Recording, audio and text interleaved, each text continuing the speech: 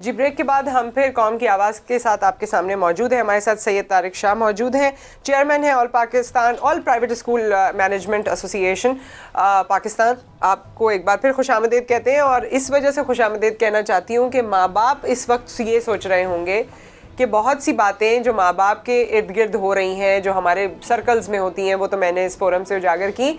लेकिन अगर किसी माँ बाप को प्रॉब्लम है, आपको याद होगा कि एक नो फी टिल लो फी चला था, उसमें माँ बाप की एक एसोसिएशन बन गई थी। इसके अलावा भी कुछ ऐसे मामलात हो जाते हैं। अच्छा, उस इंसिडेंट में भी बच्चों के साथ भी ज्यादती हुई, माँ बाप की और स्कूल वालों की आपस में ये एक फ्रिक्शन थी जो नहीं होनी चाहिए, लेकिन वो हुई और उसके साथ बच्चों के साथ बड़ी ज्यादतियाँ हुई। उसमें ऐसे अक्सर मामलात हो जाते हैं जिसमें कोई भी नहीं चाहता कि स्कूल के साथ उनके ताल्लुकात ख़राब हों, बच्चों के साथ ज्यादती हो। लेकिन अगर किसी के साथ कोई मामला हो जाता है, कोई प्रॉब्लम है जो हो जाता है, किसी के वालिद की डेथ हो गई है कोविड से, आप इस फोरम पे कह रहे हैं कि जी उसकी एजुकेशन को फ्री किया जाएगा, लेकिन स्कूल ने जब वो सिंगल केस देखा तो उन्होंने नहीं किया।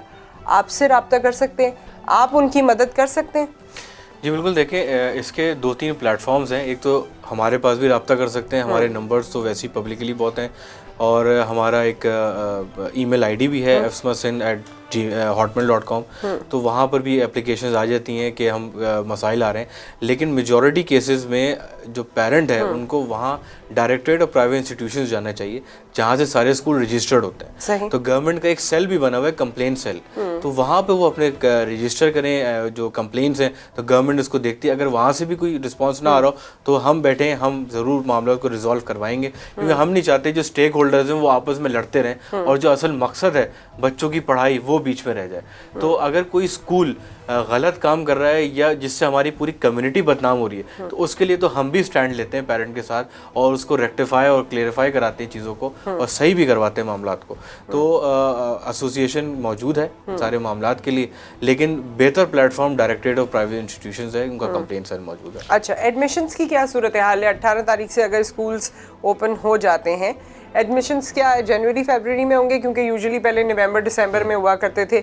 वो बच्चे जो पहली दफ़ा जिनको स्कूल जाना था या जिनका एक साल इसी में गुजर गया कश्मकश में, हमारे यहाँ क्योंकि एज ब्रैकेट्स भी होती हैं ना, तो क्या उनके लिए कुछ सोचा गया है इस बार, कुछ ईज़ अप किया गया है एडमिशन्स को?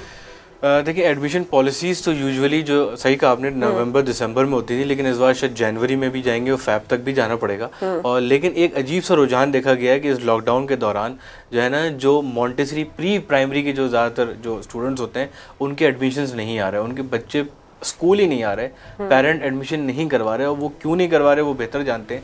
लेकिन वो जो गैप है पेरेंट को समझना पड़ेगा कि अगर अभी नहीं भेजेंगे बच्चों को तो कितने अरसे तक घर में बैठेंगे। एक्चुअली वो यही सोचा जा रहा है, जो मुझे समझ में आता है पेरेंट्स को देखकर, जो मैं अपने गिरदो नवा में भी देखती हूँ कि अभी एडमिशन नहीं हुआ है, हम एडमिशन करा देंगे, फ़ी भी देनी पड़ेगी, और अगर दोबारा स्कूल ऑफ हो गया तो वो घर में बैठ के ऑनलाइन का सिस्टम अलग, जो कि ज़्यादातर लोगों को समझ में नहीं आया है, जिस तरह प्राइवेट स्कूल्स ने उसको लोगों तक पहुंचाया है, वो एक खाना पूरी लगी थी। ये दोनों चीज़ें मैंने आपसे एक सवाल में पूछ ली हैं कि एक तो ऑनलाइन सिस्टम बहुत ही हमारे यहाँ इस तरह का यूटिलाइज हुआ कि वो खाना पूरी लगी, और हर दूसरा बंदा कहता है कि जी फ़ी को जस्टिफाई करने के लिए ऑनलाइन सिस्टम कर दिया।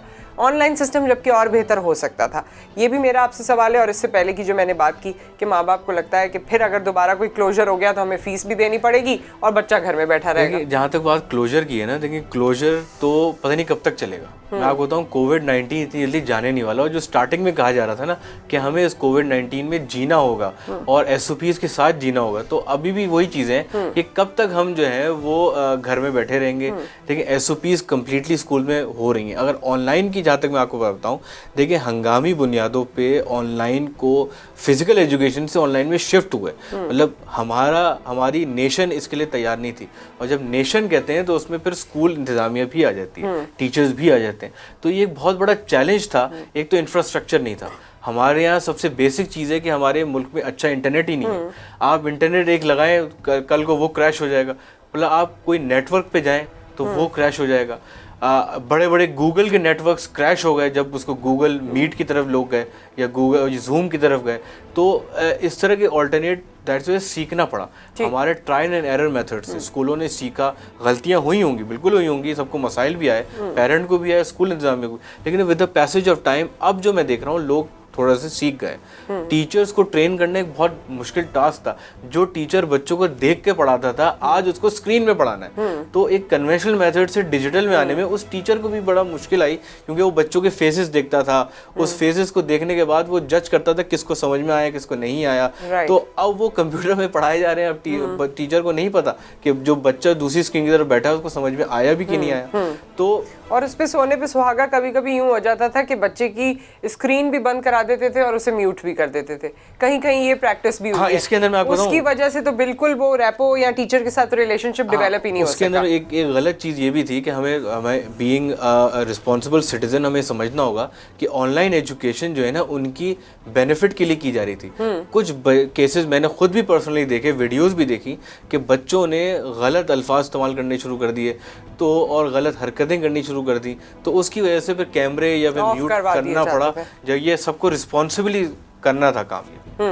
और खैर दूसरी भी मैंने आपसे चीज पूछी थी कि छोटे बच्चे जो हैं वो एडमिशन माँ बाप उनके डिले किए जा रहे हैं। हाँ। आप उनको क्या सजेशन देना चाहते हैं? हाँ, देखिए मैं ये कहता हूँ कि देखिए आप स्कूल में जाएं, स्कूल से पहले एकेडमिक्स का पता करें। वो स्कूल जो प्रॉपर्ली ऑनलाइन करा रहे हैं या प्रॉपर्ली एजुकेशन डिलीवर कर रहे हैं, चाहे वो वर्कशीट्स के थ्रू कर रहे हो या वन डे क्लासरूम में बुलाकर बच्चों को समझा के डिलीवर कर रहे हो, उन स्कूल्स को आप पहले शॉर्टलिस्ट करें, फिर उन स्कूल्स में जाके एडमिशन करवाएं। जो स्कूल से आप सेटिस्फाइड नहीं है या उनके पेरेंट्स सेटिस्फाइड नहीं है तो उन स्कूल में आप ना जाएं। और किसी भी स्कूल में एडमिशन कराने से पहले आप उनके पेरेंट्स से रिव्यूज लें ताकि आपको बेहतर पता चल सके कि उनकी पॉलिसीज कैसी हैं। अच्छा, ये जो जितने अरसे स्कूल खुले थे 1.5-2 महीने, इसमें क्या कोई भी कोविड का केस स्कूल से बच्चों में कोई ऐसा डिटेक्ट हुआ? आपकी नॉलेज में है कोई ऐसी चीज? देखिए 3-4 केसेस हुए थे जो यहाँ पे डिटेक्ट हुए थे। उन स्कूल्स को बंद भी किया गया 1 वीक के लिए, उन पे स्प्रेज भी किए गए और जितना पता चल सका। और कुछ केसेस में ऐसा भी हुआ कि किसी बच्चे को हुआ, उसने स्कूल में बताया ही नहीं और वो आता रहा, उसको फीवर नहीं था, क्योंकि कोविड के बहुत सारे शेप्स हैं। अगर उसको फीवर नहीं हो रहा तो स्कूल वाला आइडेंटिफाई कैसे कर सके, क्योंकि वो तो टेम्परेचर गन लेके बैठा हुआ है। तो ऐसे भी केसेस हुए और कुछ ऐसे भी हुए कि बच्चे खामोशी से घर बैठ गए कि हमारे फलाना कोई वजूहात है, हम चले गए, उन्होंने अपने कोविड को छुपाया। तो वो फिर जाहिर सी बात है उस स्कूल में फिर पता नहीं चल पाया। लेकिन 3-4 केसेस जरूर हमारे नॉलेज में आए जिन स्कूल्स को फिर 1 वीक के लिए बंद किया गया। आगे आप समझते हैं एसओपी से हम इन चीज़ों से बच सकते हैं? क्योंकि ज़्यादा छोटे बच्चों में पेरेंट्स को ये लगता है कि ज़्यादा खतरा है। आपने वो मीम भी देखी होगी कि माँ ने बच्चे से पूछा कि सुबह तो तुम मास्क दूसरा लेके गए थे, उसने कहा ये मैंने ट्रेड किया अपने दोस्त से, उसने ट्रेड किया अपने दोस्त से, उसने ट्रेड किया अपने दोस्त से। तो बच्चों में तो यू कैन एक्सपेक्ट ऑब्वियसली कि मुझे ऑरेंज पसंद आ गया तो मैंने ऑरेंज ले लिया, उसको रेड पसंद आ गया तो मैंने अपना देके उससे रेड ले लिया। सो ये एक मीम थी, लेकिन ये एक हकीकत भी है। सो आपको लगता है कि with this kind of a scenario हम आगे भी एसओपीज को बेहतर बना सकते हैं या उन पे यकीन रख सकते हैं कि इससे हमारा ये मसला नहीं, बीमारी घर तक नहीं आएगी या बच्चे तक नहीं पहुंचेगी? देखिए इसमें एक तो चीज़ ये है कि एक हमारा जब जैसे कहते हैं डर था जब स्कूल नहीं खुले थे कि ये बच्चे कैसे एसओपीज फॉलो करेंगे, क्या होगा। तो जब ये फिजिकली स्कूल्स खुले, जब बच्चे आए तो हमारी स्टैटिस्टिक्स के मुताबिक जो प्री स्कूल एंड प्राइमरी के स्टूडेंट्स जो थे, प्री प्राइमरी एंड प्राइमरी के स्टूडेंट्स जो थे, उन्होंने ज़्यादा बेहतर एसओपीज फॉलो किए, मास्क पहन के बैठे रहे वो बच्चे। और मतलब वो तो ऐसा था कि टीचर ने कहा कि भाई मास्क नहीं उतारना है तो बच्चे मास्क पहने ही रहे। बल्कि टीचर को कभी कभी कहना पड़ता था कि थोड़ा सा मास्क डाउन कर लें, थोड़ा सांस ले लें छोटे बच्चों को। लेकिन वो बच्चे अपनी टीचर की बात इतनी अच्छी तरीके से मानते हैं, फॉलो करते हैं, एक आइडियलाइज करते हैं अपने टीचर को, तो वो फॉलो हुए और अभी भी बहुत बेहतर। मुझे इस पे याद आ गई एक बात कि वो जो 9th क्लास की गालिबन बच्ची थी जिसको ये कहा गया, जो सीढ़ियों से गिरी और उसकी डेथ हो गई, स्कूल का पहला दिन था, और उसके बाद भी यही बातें सामने आई कि शायद मास्क पहने रहने की वजह से ऑक्सीजन सही से उसने इनहेल नहीं की और वो ड्राउजी हुई और वो गिरी और उसकी डेथ हो गई। तो इन चीज़ों से या इसको मैं बिल्कुल उजागर नहीं करना चाहती थी। बहुत तकलीफ होती है किसी बच्चे के बारे में आप ऐसा सुने, लेकिन ये बात मैंने इसलिए आपसे पूछी है कि माँ बाप ऐसी चीज़ें सुन के और बैकफुट पे हो जाते हैं कि जी एक तरफ तो हम उसे बचाने की कोशिश करें, मास्क पहना रहे हैं, फिर वन ऑफ केस हुआ, लेकिन ये कि इस तरह के भी मामला आते हैं। बिल्कुल, वो उसके खैर मेडिकल रीजंस है उस बच्ची के, तो वो बस जी मैंने इसीलिए क्लैरिफिकेशन के लिए पूछा कि कुछ और भी मेडिकल मेडिकल रीजंस थे, पास हिस्ट्री थी, तो वो खैर पेरेंट्स ने भी एक्सेप्ट किया और बहुत अच्छी बात है, उनका बड़ापन है कि उन्होंने इसमें ज़्यादा कियोस क्रिएट नहीं किया या वो एंगर में नहीं आया वो। तो खैर लम्हे बस उस बच्ची को जन्नत नसीब फरमाए। वो सिर्फ ये रीजन नहीं था मास्क का, मेरा ये पूछने का मकसद नहीं था, बिल्कुल मास्क रीजन नहीं था, वो और भी कोई मामला थे। तो उसके अंदर दूसरी चीज़ ये है कि इंटरनेशनली मास्क बच्चों को नहीं पहनने का कहा गया। इंटरनेशनल रिपोर्ट, WHO की रिपोर्ट जो है, आप डिफरेंट कंट्रीज में जाएं तो वहाँ छोटे बच्चे मास्क नहीं पहन रहे, क्योंकि वो कहते हैं कि मास्क उनके लिए कंपलसरी नहीं है। उनका इम्यून सिस्टम इतना अच्छा है कि वो उसको खुद ही टैकल कर लेते हैं, अंदर बॉडी उनको डील कर लेती है। लेकिन SOPs की जहाँ तक बात है कि SOPs को बहुत स्ट्रिक्टली हमें फॉलो करवाना है, और पेरेंट्स को भी चाहिए कि अपने बच्चों को स्ट्रिक्टली ताकीद करें कि एक तो मास्क है, दूसरा सैनिटाइजर खुद ला सकते हैं तो बहुत अच्छी बात है, लेकिन स्कूल्स भी प्रोवाइड कर रहे हैं, बच्चों को टाइम टू टाइम सैनिटाइज करवाते हैं। एक आखिरी सवाल है आपसे, अगर 18 तारीख को भी हुकूमत पाकिस्तान ने ये फैसला किया कि नहीं अभी क्लोजर रहेगा, क्या आप लोगों की तरफ से कोई ऐसी चीज़ है जो आप इस फोरम को यूज़ करते हुए बताना चाहते हैं कि आप इस क्लोजर को या इस डिले को अब बर्दाश्त करेंगे या नहीं करेंगे? देखें, जैसे प्रोग्राम के स्टार्टिंग में मैंने कहा था कि ये एजुकेशन लॉकडाउन है और इस एजुकेशन लॉकडाउन को ज़्यादा अरसे तक नहीं चलाया जा सकता, और हम खुद भी इसको महसूस कर रहे हैं कि बच्चे घर में बैठ के नहीं पढ़ पा रहे हैं। ऑनलाइन एजुकेशन सब्स्टिट्यूट ज़रूर थी, लेकिन ऑल्टरनेट नहीं है कि हम हमेशा उसको चलाते रहें।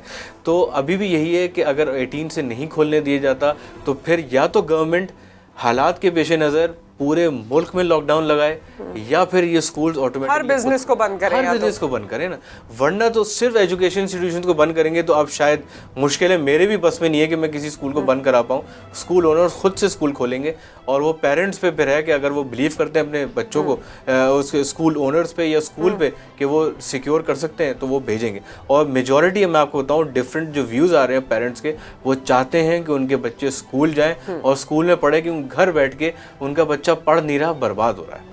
चलिए, ये तमाम डिस्कशन हमने अपने प्लेटफॉर्म से तमाम लोगों तक, अपने व्यूवर्स तक पहुंचाई है। बहुत बहुत शुक्रिया आपके वक्त का, और बहुत से ऐसे सवालात के लिए और टॉपिक्स के लिए हम चाहेंगे कि आप वॉइस ऑफ नेशन का, कौम की आवाज़ का हिस्सा बने। आपने ये तमाम चीज़ें, ऑब्वियसली तमाम सवालात के जवाब इनसे सुने। अब जैसा आपका दिल मानता है, माँ बाप ने ज़ाहिर है वही फैसला करना है, लेकिन हमारी उम्मीद ये है, इस पॉइंट पे हम इस शो को क्लोज़ करेंगे कि आगे जो हो वो हम सब की बेहतरी के लिए हो, ना बच्चों का नुकसान हो, ना स्कूलों का नुकसान हो, ना असातिज़ा का नुकसान हो। अपना ख्याल रखिए, दुआ में याद रखिए। आपसे फिर मुलाकात करेंगे। अल्लाह हाफ़िज़।